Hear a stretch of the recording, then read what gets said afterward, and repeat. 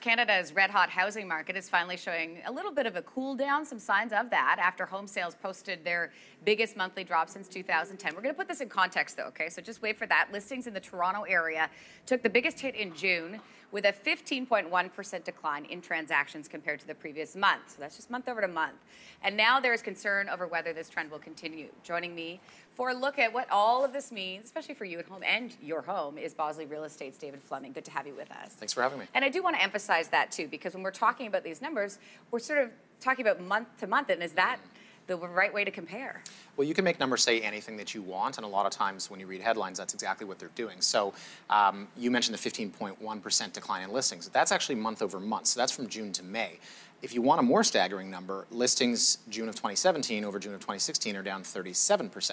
So you have to put it in the right context. Now, are we talking price? Are we talking listings? There's a lot of different numbers we can look at, and we can also, so here you've got the monthly home sales. So most people only care what their home is worth. They care about price. So if you're reading the newspaper and they're talking about listings being up or they're talking about sales being down, put it in context. What is your home actually worth, and look at the price. And that's what people, I think, are most concerned about. Yes. What is this? How is this impacting my home?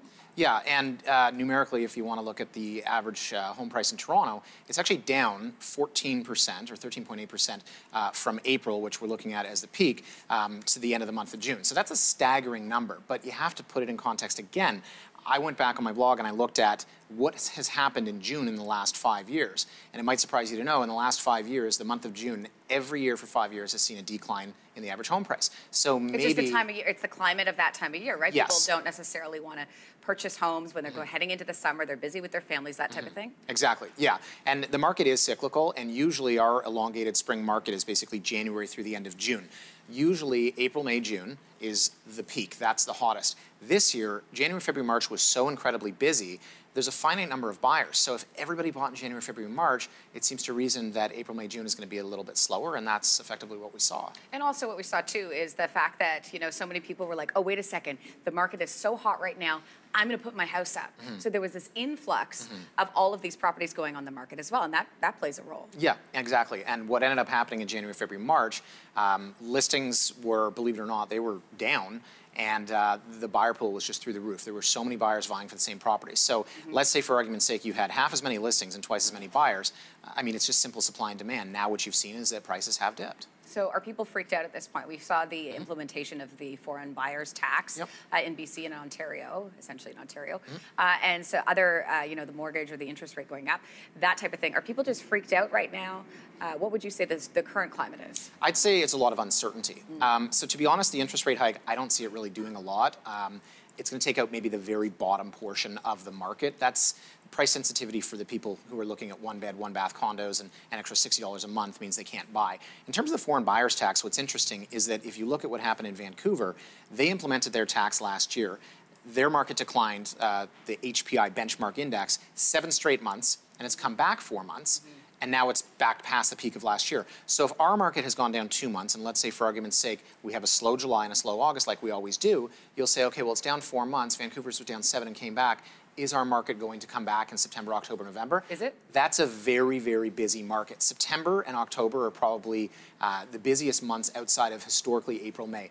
My personal prediction is very slow July and August, and I think we're going to see prices restored in September, October. So do you think people are just holding back right now and waiting to see what's happening? Yeah, a lot of sellers right now, they figure, I just don't want to list. It's slow in the summer. It's usually a down market.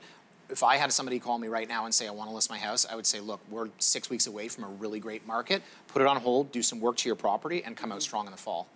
And also, when we're talking, we're sort of focusing on Vancouver and Toronto because those are the areas we've really been talking about with the high cost of homes. What about the rest of the country? How are they doing with their prices? The rest of the country, if you look at CREA stats, most major markets are down a little bit.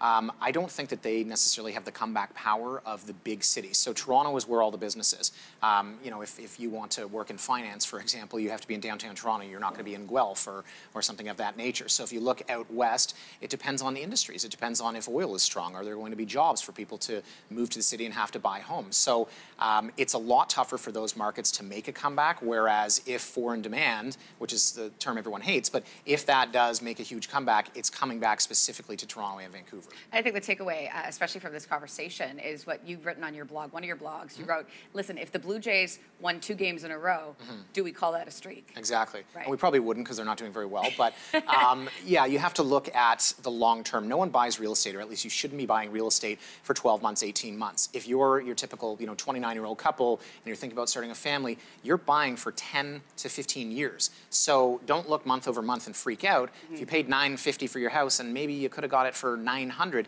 I'm not saying $50,000 is not a lot of money inside of 3-4 months. But is this a $2 million house when you go to sell it in 12, 15 years? It's really a long-term game. Pull the lens out, look at the bigger picture. Exactly. All right, David, thanks so much Thanks for your having me. insight this morning. Really appreciate it. My pleasure.